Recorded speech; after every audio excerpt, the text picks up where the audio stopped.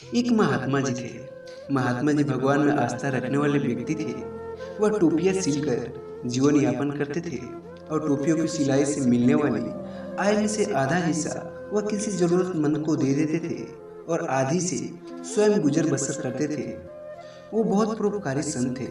दीन दुखियों को हमेशा मदद करते और बाकी समय में अपना काम करते हुए भगवान का नाम जपा करते थे। उनका एक शिष्य था जो गुरु की तरह ही परोपकारी बनना चाहता था और गुरु की तरह वो भी चाहता था कि मैं दीन दुखियों की सेवा करूं, पर उसके पास कोई आय का साधन नहीं था, जिस वजह से उसके पास रुपये पैसे नहीं थे जिससे वो किसी दूसरे को कोई सहायता या सेवा कर सके। लेकिन उसके मन में परोपकार करने की इच्छा प्रबल थी।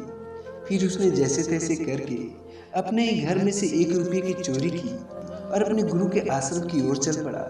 और फिर गुरु जी के पास आकर गुरु जी का चरण स्पर्श करते हुए बोला, महात्मन, मैं कुछ पैसा दान करना चाहता हूँ, यह दान मैं किसे दूँ?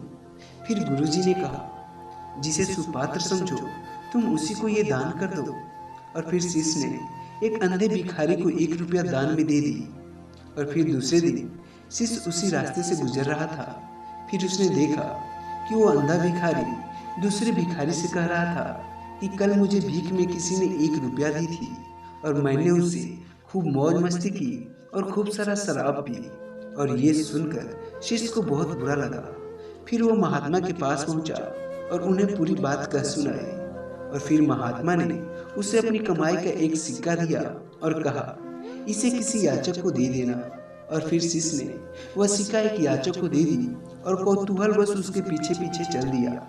कुछ दूर चलने के बाद याचक एक निर्जन स्थान पर पहुंच गया और अपने कपड़ों में छिपाए हुए एक पंछी को निकालकर आसमान की ओर उड़ा दिया।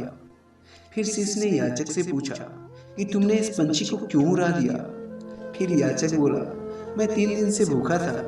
आज इस पंछी को मारकर मैं इसका सेवन करने वाला था, मगर आपने एक सिक्का दे दिया, तो अब इस मासूम जीव की हत्या करने की कोई जरूरत नहीं रही। और फिर शिष्य महात्मा के पास पहुंचा और उनसे पूरा वृत्तांत कह सुनाया। फिर महात्मा ने कहा, तुम्हारा धन गलत विधि से कमाया गया था, इसलिए इसका गलत उपयोग हुआ, और मेरा पैसा श्रम से कमाया गया था, सो उसने एक व्यक्ति को गलत काम करने से बचा लिया। तो दोस्तों, इस कहानी से हमें यही सीख मिलती है कि दुनिया में सबसे बड़ा पुण्य का कार्य निस्वार्थ भाव से किसी का सेवा करना होता है, तथा नेकी की कमाई से प्राप्त धन से की गई दान ही फलित होते हैं, अथवा स्वार्थ से की गई सेवा या गलत तरीके से कमाया गया धन दान करने से कोई लाभ नहीं होता।